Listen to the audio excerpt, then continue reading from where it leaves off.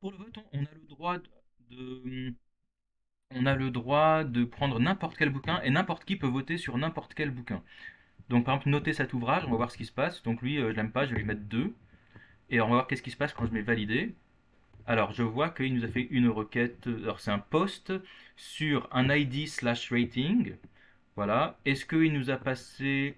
Ah, donc lui, il a dû nous passer une autorisation. Ok, donc il a dû nous passer un token. Ok, très bien. Et alors ensuite, qu'est-ce qui se passe? Ok, donc bah, ça veut dire qu'on va rajouter peut-être un... On est obligé de rajouter un rating. Ok. Alors on va faire ça. Alors, get best rating. Alors déjà, on va fabriquer notre post, hein. Alors, booksrouter.post slash 2. Alors, je crois que c'était ID. Donc ça, c'est l'ID. Et slash rating. Ok. ID slash rating. Et donc là, on a dit on veut déjà faire un check token, déjà, pour être sûr que le gars est autorisé à faire ce genre de requête. Et ensuite, on va faire un post rating. Alors, on va faire notre post rating. Alors, à nouveau, rec res. Et puis, qu'est-ce qu'on voudrait faire? Alors, qu'est-ce qu'on voudrait faire dans le post rating? On va déjà récupérer l'ID en question. L'ID, il est dans les params. Donc, on va lui dire const id est égal à rec.params.id. Ensuite, qu'est-ce qu'on voudrait récupérer? On voudrait récupérer alors on n'a pas besoin de faire quoi que ce soit sur le token puisqu'on a déjà la fonction check token qui a été appelée juste avant là, qui a vérifié que le gars avait le droit d'appeler notre fonction. Par contre, on voudrait récupérer le payload. Alors normalement dans le payload, qu'est-ce qu'on a? Ah voilà, on a un rating 2 et un user ID qui est là. Alors moi j'aime pas du tout ça. Je vais vous dire pourquoi. Le rating, très bien, on a le droit de le récupérer. Donc je vais dire const rating est égal à rec.body.rating. Ensuite, moi, j'aime pas du tout la propriété qui vient après ici, là, le user ID. Pourquoi est-ce que le client me passerait le user ID dans le body? Ça, je trouve que c'est très dangereux. Parce que là, moi, j'ai pas envie de rentrer. Moi, je ne fais pas confiance à ça. Moi, je n'ai aucune manière de savoir que ce user ID n'a pas été changé. Moi, je peux très bien envoyer une requête avec le mauvais user ID.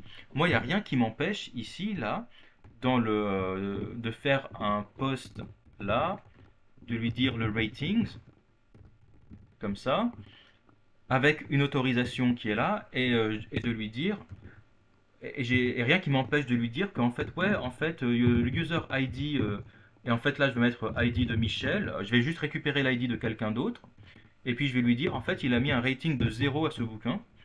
Imaginez qu'il y a un bouquin que j'aime pas, et puis je récupère un tas d'ID, imaginez que je connais les ID des utilisateurs. Bah c'est facile pour moi. En fait, non, j'ai même pas besoin en fait, hein, j'ai même pas besoin. Je peux mettre des fake ID comme ça. Fake ID 1. Imaginez que j'ai un script qui tourne et toute la journée, il envoie ça. Fake ID 1, fake ID 2, fake ID 3, et tout le monde va noter ce machin-là, ce bouquin lui va lui mettre une note de 0. Et ben, moi, il n'y a rien qui m'empêche pour l'instant de... Enfin, j'ai pas envie que ce soit possible. Donc moi, le user ID, je veux pas le récupérer depuis le body. Moi, le user ID, on l'a déjà dans le token. Et celui qui est dans le token, je sais qu'il est bon. Donc si il est dans le token, je ne veux pas prêter attention au user ID qui est dans le payload. Donc ça, pour moi, là, c'est une mauvaise pratique. Ensuite, si vous pouvez prendre celui qui est dans le payload, c'est plus simple, mais c'est pas une bonne pratique.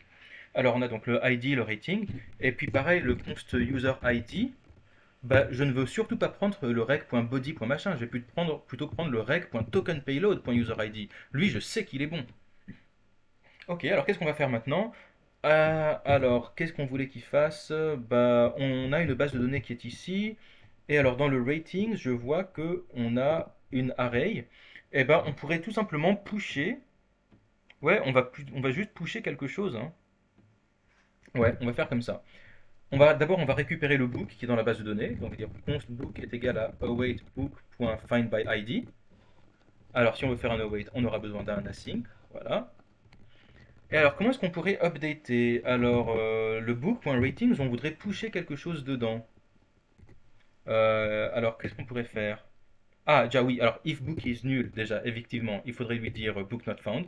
Ça, effectivement, à chaque fois j'oublie de le faire, mais c'est important de le faire. Ok. Ah, bah génial. Alors, ratings in DB. Ah oui, déjà, on voudrait vérifier si le gars, il n'a pas déjà voté. Bah déjà, ce qu'on va faire, c'est déjà. On va dire const ratings in DB est égal à books.ratings et puis on va loguer ça. On va faire ça pour le moment. Donc ça veut dire que si moi je cherche à noter ce bouquin, hop, déjà, qu'est-ce que ça me donne? Ah,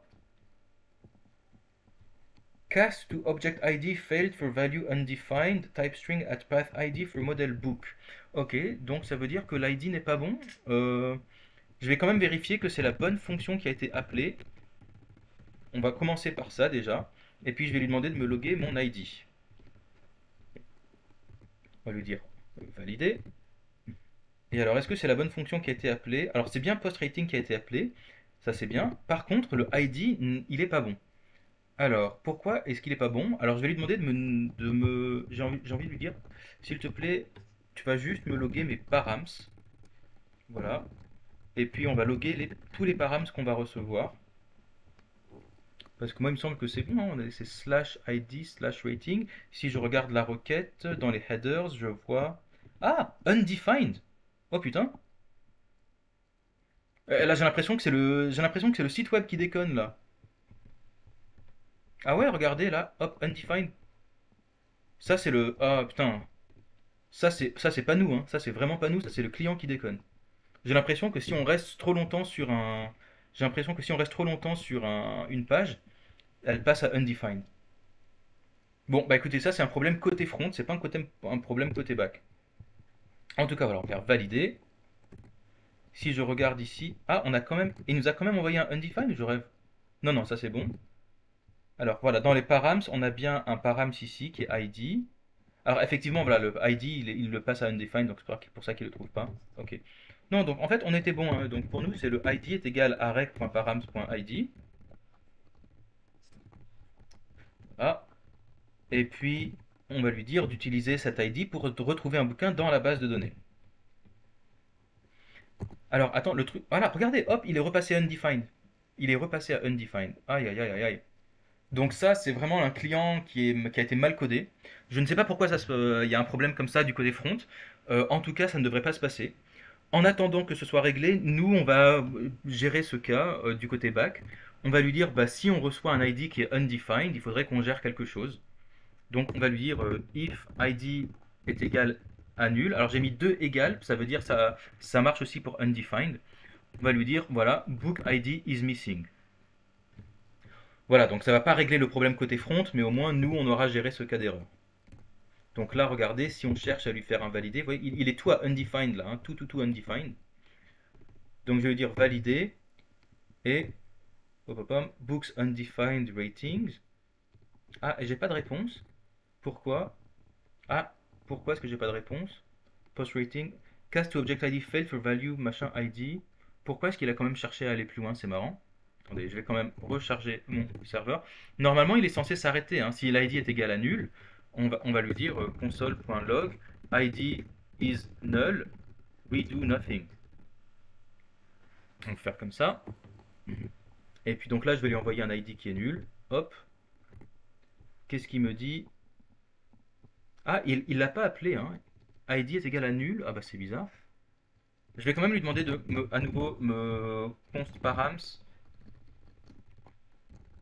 est égal à rec.params et puis je vais quand même lui demander de me loguer mes params pour voir où est le problème.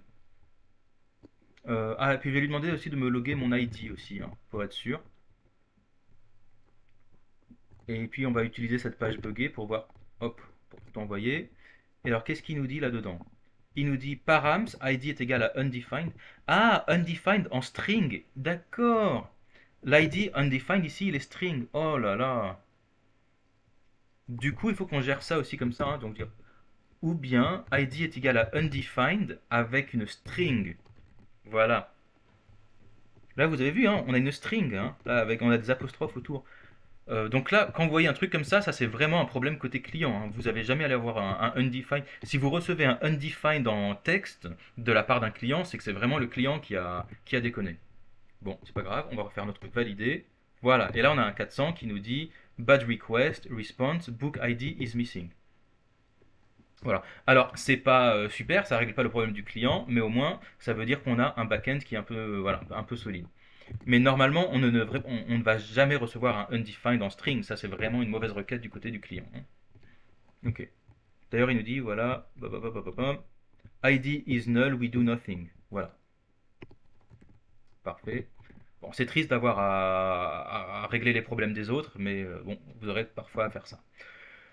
Bon, alors qu'est-ce qu'on en faisait? Donc, on voulait faire un rating. Ok, donc là, on a récupéré le book. Ok, alors là, pour envoyer la bonne requête, alors je devine qu'il faut recharger la page. Et j'espère que cette fois, il va nous envoyer une bonne requête, mais ça, j'en sais rien.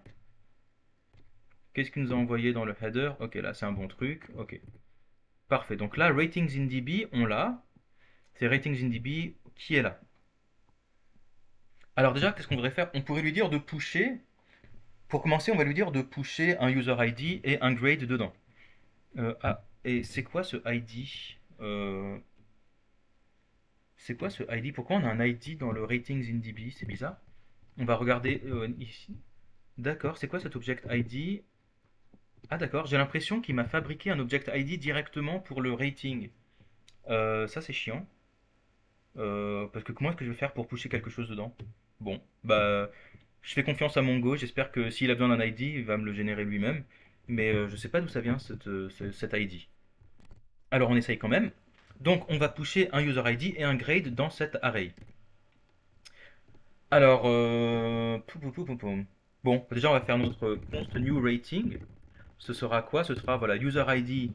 Donc on aura un user ID qui sera pris du payload et le rating, ce sera le rating qu'on a pris dans le rec.body. Ah merde, ça s'appelle grade là-dedans. On est censé pusher un machin qui s'appelle grade. Ok. Donc lui nous envoie un machin qui s'appelle rating, mais dans la base de données ça s'appelle grade. Donc on va faire grade. Ok, très bien. Alors ensuite, je sais pas comment est-ce qu'on fait pour pusher dans une array en Mongo. Je sais pas. Oh, j'ai aucune idée. Euh, Ah, donc lui il fait comme ça. Ok. Const new ratings est égal à ratings in DB. Alors ça, je vous expliquerai ce que ça veut dire cette ligne un peu plus tard. Et ensuite console log new ratings. Ok. Et ensuite, est-ce qu'il peut nous pusher ça directement? Alors, est-ce qu'il peut nous faire le new book? Est-ce que je peux lui dire book.ratings est égal à new ratings? Est-ce qu'on aurait le droit de faire ça? Je sais pas. Await book.save. On va tester ça et voir si ça marche. Je vous expliquerai ce que j'ai fait là dans une petite seconde. Alors, on va. Ah, il est repassé à undefined le salaud. Ok. Donc lui, noter cet ouvrage, donc il est noté à 5 et puis là je vais le noter à 1. Je renvoie 1 et je regarde dans la base de données si j'ai quelque chose qui a disparu.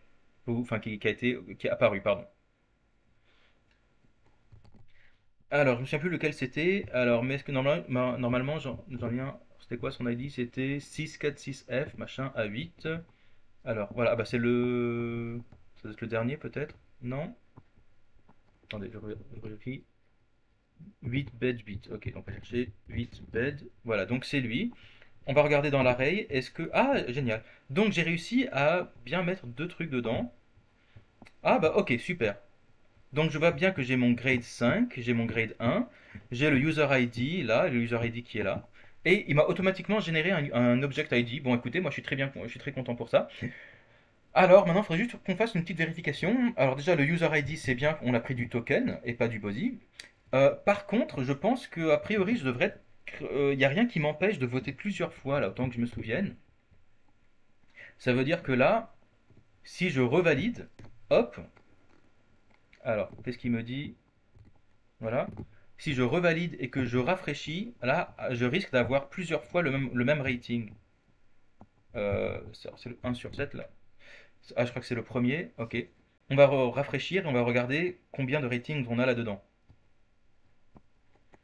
Voilà, c'est lui. Si je regarde dans mon ratings, voilà. Et là, en fait, j'en ai trois des ratings, dont deux, voilà. Dans mon rating, j'en ai deux qui ont exactement le même ID. Donc ça veut dire que le même gars, il a voté plusieurs fois. Bon, alors déjà, je vais vous expliquer ce que j'ai fait. Ce que j'ai fait là-dedans, c'est que je suis allé prendre donc une array de new ratings, le nouveau rating, donc là on l'a fabriqué là. Et en fait, c'est quoi ce new ratings? Là, ce que j'ai fait, ce qu'on appelle du destructuring, c'est du array destructuring. Destructuring. En gros, si vous voulez faire une copie d'une array, donc array 1, par exemple, je vais lui dire que c'est John. Si vous voulez faire une copie d'une array, il suffit pas de faire const array 2 est égal à array 1. Si vous faites ça, ça marche pas, hein. Regardez pourquoi. Parce que je vous rappelle qu'en JavaScript, les objets sont passés par référence. Donc en fait, vous travaillez toujours sur des originaux quand vous travaillez sur des objets. Et les arrays sont des objets. Imaginez que j'ai mon array 1 qui est égal ici à John, et qu'ensuite je lui dis const array 2 est égal à array 1, on pourrait penser que là ce sont deux objets différents. Et en fait non, c'est toujours le même objet. Regardez, si je prends array 2 et que je lui push Bob, si on regarde array 2, effectivement j'ai John et Bob. Mais dans array 1, en fait, lui aussi j'ai John et Bob. Pourquoi? Parce qu'en fait, quand vous dites const array 2 est égal à array 1, vous donnez juste un nouveau nom au même objet. Donc en fait, ce n'est pas du tout une copie. Si vous voulez faire une vraie copie, donc copy of array 1, là en fait, vous pouvez utiliser un shallow clone qu'on fait en destructuring. En gros, vous faites une array, vous mettez point point point array 1, voilà. Et là, c'est vraiment une copie. Voilà, donc la copy of array 1, donc qui est John Bob. Si dans la copie, je rajoute un third, comme ça, et que je regarde dans la copy of array 1, j'aurai bien, voilà, j'aurai bien un third là-dedans, mais par contre, dans array 1, voilà, j'ai plus que John, enfin, j'ai que John et Bob, voilà. Donc c'est comme ça qu'on fait des copies. C'est ce qu'on appelle du array destructuring. Je vous laisserai chercher, voilà, array destructuring. C'est très très élégant, je trouve. Enfin, j'adore le destructuring. On peut faire quelques petites bêtises avec. C'est un petit peu dangereux parfois, mais c'est voilà, c'est très utile. Voilà. AB est égal à machin. Vous pouvez même faire des assignments, des destructuring assignment, voilà, destructuring assignment et comme ça. C'est très élégant. Euh, voilà. À utiliser avec parcimonie, mais là ça va. Donc là, en fait, ce que je fais, c'est que je lui dis, tu vas me faire une copie de ratings in DB et tu vas me rajouter new rating dedans. J'aurais aussi pu prendre. J'aurais aussi pu faire un push tout simplement, hein. Je veux dire, j'aurais aussi pu lui dire ratings in DB, point push, new rating, ça aussi ça aurait marché, hein. Ouais, en fait, vous savez quoi, je vais faire ça même. Hop. Ratings in DB. Tiens, je suis même pas sûr d'avoir besoin de faire ça. Non, j'ai même pas besoin de faire ça en fait, je pense. Puisque ratings in DB c'est un objet, et donc quand je push, en fait, je push directement dedans. Donc je pense qu'à mon avis, ça suffit, hein. Regardez, je vais à nouveau je vais à nouveau voter. Cette fois, je vais voter avec une note de 3. Je pense que si je fais valider et que je vais dans la base de données, je pense que ça aura marché aussi, hein. Alors, où est-ce qu'il est? Ratings, il est là. Voilà, et j'ai bien mon quatrième objet, grade 1, et le dernier, il est où? Grade 5, grade 2, grade 1. Ah non, on dirait qu'il n'a pas marché. ID... Ah mince! ID undefined. C'est encore ce putain de site web qui merde là. Ah bon. Je vais essayer à nouveau. Donc cette fois, je vais lui mettre une note de. Ah, il me dit que j'ai. Ah, il a déjà vu que j'ai déjà noté là-dessus. Oh, ok, bon. Je vais voter sur un autre. Voilà, donc je vais voter sur un autre. Lui, je vais lui mettre une note de 3. On va valider. Je pense que ça marche. Voilà, je vais recharger. Et on regarde, normalement, c'est le deuxième, je crois, dans le ratings. Voilà, là, j'en ai bien deux. Voilà, un avec un grade de 2 et l'autre avec un grade de 3. Ok, donc en fait, oui, le push, ça marche aussi, hein, très bien. Alors, le seul souci, voilà, c'est qu'on avait vu que là, j'ai, dans le bouquin d'au-dessus, là, j'ai un gars qui a voté plusieurs fois. Là, vous voyez qu'en fait, là, son user ID, eh ben, il y est déjà. Donc, moi, ce que je voudrais faire, c'est, puisqu'on a une array, autant faire une petite vérification dessus. Alors, j'ouvre une petite parenthèse, vous vous souvenez, dans la vidéo d'avant, je vous avais dit, c'est pas bien de tout télécharger la base de données. Euh, Là, en l'occurrence, effectivement, là, on est en train de faire des opérations sur une array directement en JavaScript. Vous voyez que là, je prends le ratings in DB et je fais un push là directement en JavaScript. Bah, écoutez, c'est peut-être quelque chose qu'on pourrait demander à Mongo de faire, mais écoutez, en JavaScript, ça a l'air de marcher.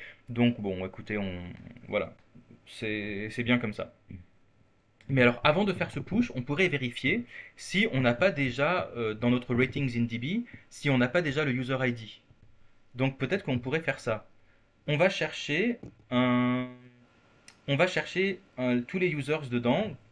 Voilà. On va chercher à travers tous les users dans le ratings là. Là oui, qu'on a ici. On va chercher un user tel que le user ID est égal au user ID qu'on a dans le token. Alors on va chercher. On va lui dire. Alors ratings in DB.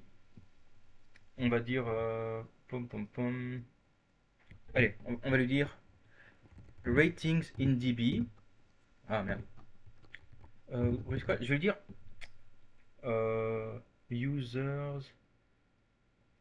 Ouais, je vais lui faire un find en fait. Je vais dire ratings in DB.find et je lui dis trouve-moi le rating. Trouve-moi le rating tel que le rating.userid est égal à userid. En gros, là, on avait là, donc voici notre ratings.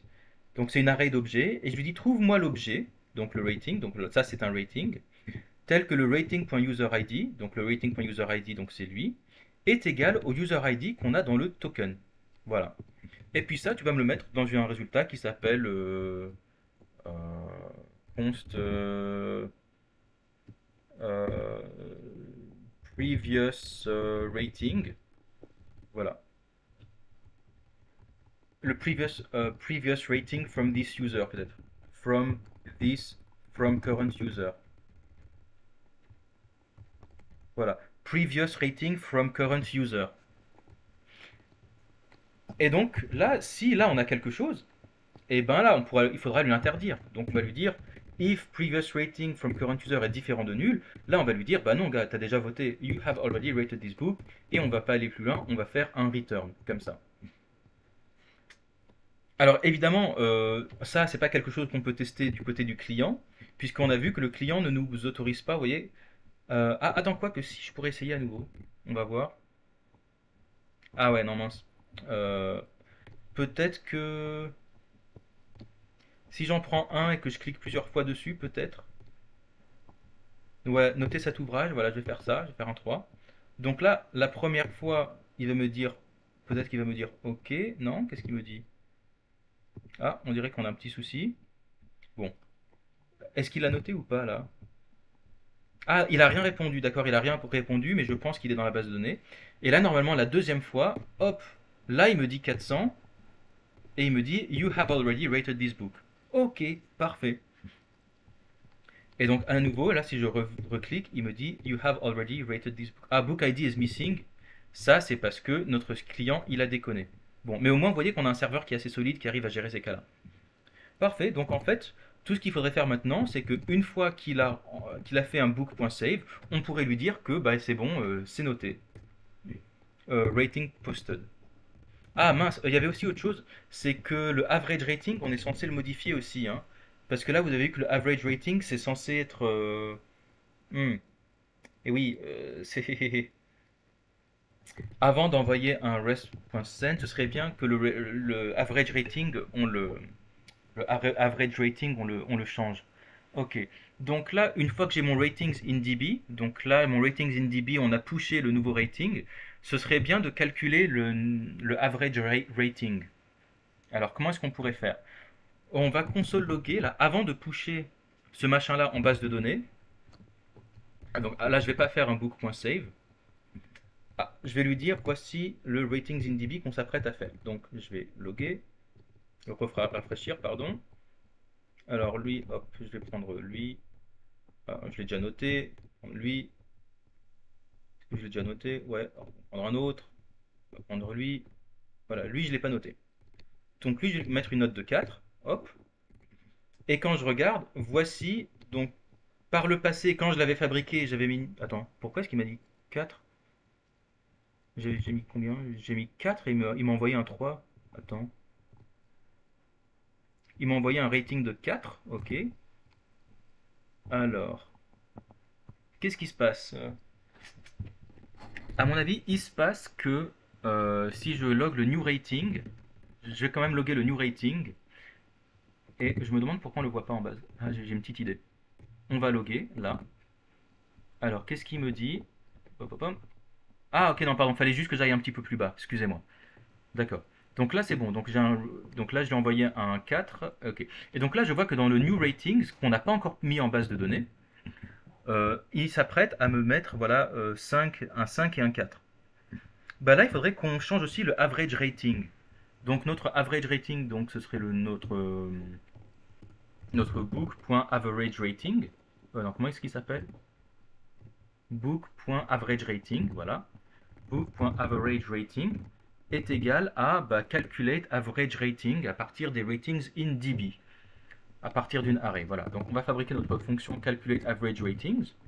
Et puis on va lui dire, voilà, on va juste lui loguer les différents ratings. Voilà. Et on va retourner. Bon, pour l'instant, on va rien retourner. Donc à nouveau, on va lui demander de faire un vote. Et merde, ID undefined. Il est mal foutu ce machin, hein. Ça m'énerve. Ok. Donc là, je l'envoie un 4, je fais validate. Voilà. Et donc là, dans les ratings, il me dit donc le nouveau c'est un 4, l'ancien c'est un 5. Donc du coup, il faut qu'on fasse la moyenne de ça. Alors déjà, pour faire une moyenne, on a besoin de la longueur de l'array. Donc on va commencer par ça. Donc const length est égal à ratings.length. Voilà, donc ça, ce sera 2.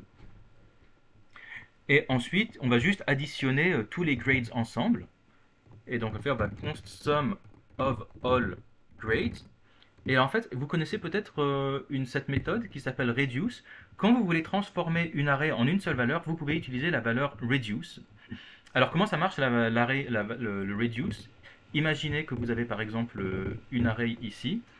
Donc je sais pas, const scores est égal à, je sais pas, 1, 2, 3, 4, et que vous voulez sommer tout ça. Eh bien, pour faire all score, vous pouvez faire un scores.reduce. Alors, ça s'appelle reduce parce que vous allez réduire toute une array en une seule valeur. Le reduce, elle va prendre deux arguments. Le premier, ça va être une callback function, et le deuxième, ça va être l'initial value. On va commencer par l'initial value, en général, c'est 0. Et puis là, il faut lui passer un callback. Et ce callback, je vais le mettre ici. Hein. Je vais lui mettre sum callback. Voilà. Hop. Et puis là, on va lui passer le sum callback ici. Alors ce sum callback, il va prendre deux arguments. Le premier, ce sera le total que vous voulez retourner tout à la fin. Et le deuxième, ce sera la valeur courante. Et en gros, cette fonction va être exécutée pour chacune de pour chaque array. Eh bien, en gros, à chaque fois, on va returner le total. Sauf que ce total, qu'est-ce qu'on veut lui faire? Eh bien, on veut l'augmenter du current. Comme ça. Si vous voulez l'équivalent, voilà, et si je fais ça, voilà, scores.reduce, voilà, et là j'ai bien le 10 ici qui s'affiche. 1, 2, 3, 4, ensemble ça fait 10. Alors, pourquoi est-ce qu'on fait total.current? Moi, ce que je peux vous proposer comme image, c'est imaginez que vous avez envie de faire une salade de fruits. Eh ben, on va dire que le total c'est votre bol, c'est votre saladier, et que le current c'est chaque ingrédient.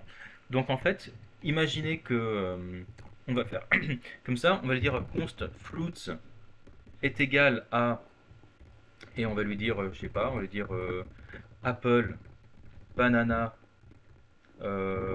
carotte, et ensuite un D, c'est quoi un fruit qui commence par D, je sais pas, durian.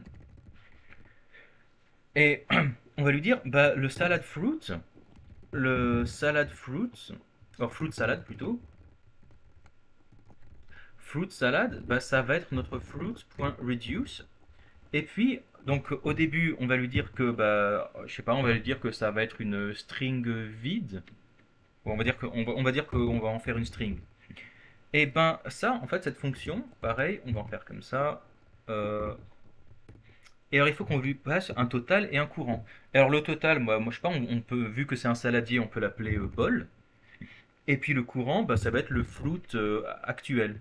Et en fait, à chaque fois, qu'est-ce qu'on va faire? On va dire, tu me return le bol plus le fruit actuel, et puis on va le mettre, je sais pas, ouais, genre juste le fruit, voilà. On va juste faire comme ça.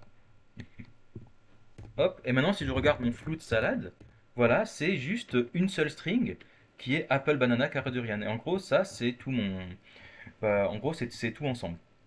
Bon, je vous conseille de regarder un petit peu voilà, reduce, array.prototype.reduce, vous avez plusieurs arguments ensemble. Mais en gros, c'est ça qu'on utilise pour transformer une array en une seule valeur. Donc nous, on va faire ça. C'est quoi toutes les all grades? Et bien, on va dire ratings.reduce. On va dire on va commencer à 0. Et puis le callback qu'on va lui passer, c'est pour toutes les sommes. En gros, donc pour toutes les... Voilà, donc le singulier de ratings, c'est rating. Donc pour chacune d'entre eux ici. Et notre total, on va l'appeler sum, par exemple. On va dire sum plus rating.grade. Voilà. Et le sum of all grades, en l'occurrence, ce sera 5 plus 4, en l'occurrence, ce sera 9. Donc si je fais valider, hop, là, c'est le site qui déconne. On va valider, hop, et là j'ai bien sum of all grades qui est 8, puisque j'ai donc fait un 5 plus 3. Alors c'est quoi l'average rating? Const average rating. Average rating, c'est sum of all grades divisé par length. Donc par exemple 5. Voilà, si je fais ça, et puis on va return notre average rating. Donc là par exemple, lui, je vais lui mettre une note de 1. Comme ça. Là si je regarde, j'ai un 5 et un 1. Donc le sum of all grades c'est 6. Divisé par 2, ça fait un average de 3. Parfait, donc je peux retirer mes console log. Et puis voilà, j'ai du coup sum of all grades. Ah mince. Pardon. Return sum of all grades divisé par length. Parfait. Length est égal à ratings.length. Ouais, puis du coup, je peux même retirer ça. Ratings.length. Voilà. Comme ça me fait 2 lignes. Voilà. C'est une fonction qui fait 2 lignes. Et donc book.averageRating est égal à machin. Et ensuite, je fais un book.save. Et là, il me semble qu'on est bon. Donc on va prendre un bouquin. Alors on va aller sur quel bouquin? Un sur lequel on n'a pas encore voté. Donc OL2 par exemple. Alors j'ai déjà noté. On va prendre l'avant-dernier. Donc c'est lui. Voilà, l'avant-dernier, il a une note de 3. Je vais lui mettre 5. Donc 3 et 5, normalement la moyenne ce sera 4. Je vais voter. Alors là il déconne, mais ça c'est le client qui déconne. Mais ici je regarde lui. Normalement, alors je crois que c'était l'avant-avant-dernier, autant que je me souvienne. Il s'appelait comment? C'était CD0 vers la fin. Donc on va chercher, hop, CD0, c'est lui. Et si on regarde lui, voilà, donc j'ai un 3 et un 5 et un average rating de 4. Donc on est bon. Alors normalement, on demanderait plutôt à Mongo de faire ce genre de calcul. Je suis sûr que on pourrait demander à Mongo de faire ce genre de truc là, mais écoutez, en JavaScript, c'est très bien aussi. Parfait, bah écoutez, pour moi, notre fonction ratings, elle est bonne. On arrive à voter, on ne peut pas voter 2 fois maintenant, même si on envoie une mauvaise requête. Et puis, à chaque fois, il nous fait un average rating. Donc, à nouveau, pour vérifier qu'est-ce qu'on a fait, qu'est-ce qui se passe quand on fait un post rating? Quand on envoie un post sur id/rating, d'abord il check le token pour voir qu'on a le droit d'appeler cette fonction. Ensuite, dans le post rating, on va retirer les console logs. Il regarde les rec.param parce qu'on n'en a pas besoin. Déjà, il va regarder le id. Si on lui passe un id nul ou une string undefined, alors ça c'est vraiment parce qu'on a notre client qui déconne, tout de suite il nous envoie book id is missing et il va pas plus loin. Si on veut aller plus loin, on peut lui dire const rating est égal à rec.body.rating, id est égal à rec.tokenByPayload.userID. Effectivement, le user je veux le prendre du token, je ne veux pas le prendre du payload.